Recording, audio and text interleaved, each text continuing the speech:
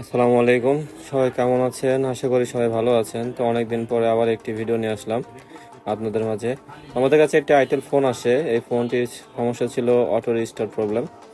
তো ফোনটিতে খুলে দেখি ব্যাটারিতে কোনো ফিউজ নেই। সাধারণত অধিকাংশ ফোনেই ব্যাটারি ফিউজ থেকে প্রবলেমগুলো হয়। তো এই ফোনটাতে ব্যাটারি কোনো ফিউজ ছিল না। তো এটা ভালো করে লক্ষ্য করে দেখুন, ব্যাটারির পজিটিভ লাইন নিয়ে একটু কিন্তু মোটা। যাই হোক, ব্যাটারির পজিটিভ লাইনে আপনার হচ্ছে ফিউজ আকারে একটা কালো লেয়ার আছে। তো এই যে দেখতে পাচ্ছেন লেয়ারটি।